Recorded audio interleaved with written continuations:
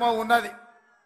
ఈ గడ్డ మీద మీ బిడ్డ కొమరం భీం జల్ జంగల్ జమీన్ అని చెప్పి ఆనాడు రాజ్యాలకు వ్యతిరేకంగా, అదే విధంగా రామ్జీ గోండు ఈ ప్రాంత గోండు బిడ్డ బ్రిటిషర్స్ కు వ్యతిరేకంగా, రజాకర్లకు వ్యతిరేకంగా కొమరం భీం ఆనాడు పౌరుషంతో పోరాడిను.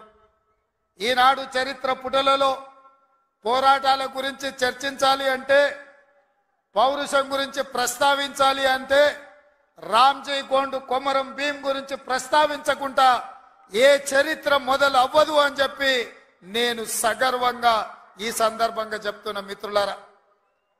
అలాంటి పోరాట స్ఫూర్తిని తీసుకొని కేస్లాపూర్ గుడిలో దర్శనం చేసుకొని నాగోబా ఆశీర్వాదం తీసుకొని తప్పకుండా ఈ గడ్డ మీద ఇందిరమ్మ రాజ్యం తీసుకొచ్చి దళితులకు, గిరిజనులకు, ఆదివాసీలకు, బలైన వర్గాలకు, మైనారిటీలకు వాళ్ళు మెచ్చే ప్రభుత్వం, వాళ్లను ఆర్థికంగా సంక్షేమ రంగంలో అభివృద్ధి ప్రాంతం వైపు నడిపించే ప్రభుత్వాన్ని ఏర్పాటు చేస్తామని చెప్పినాం. ఇవాళ ప్రభుత్వం ఏర్పడ్డది.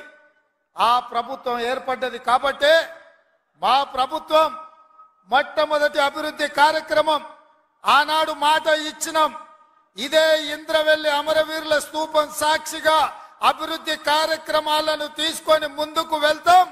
ఆదిలాబాదును దత్తత తీసుకుంటాం.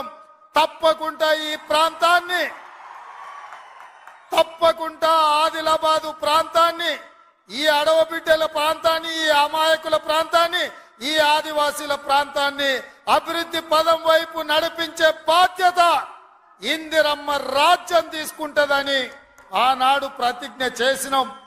ఈనాడు అభివృద్ధి కార్యక్రమాలలో భాగంగా గూడాలకు రోడ్లు, గూడాలకు తాగడానికి నీళ్లు, నాగోబా గుడి అభివృద్ధి కోసం, అదే విధంగా ట్రైకార్ నేతృత్వంలో ఈ విద్యార్థుల చదువుల కోసం ఈ ప్రాంతంలో మనము అభివృద్ధి కార్యక్రమాలను ప్రారంభించినాం.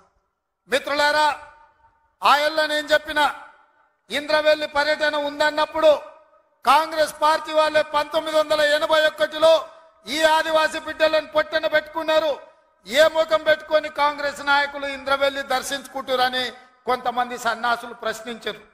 ఆనాడు నేను ఇదే గడ్డ మీద నుంచి క్షమాపణ చెప్పిన.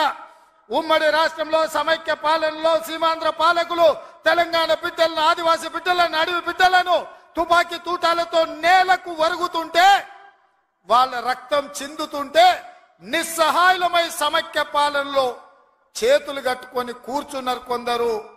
అది జరిగింది తప్పు. తప్పు జరిగినందుకు మన్నించండి. మా ఇందిరమ్మ రాజ్యంలో ఆదివాసీ బిడ్డలను ఆదుకుంటాం.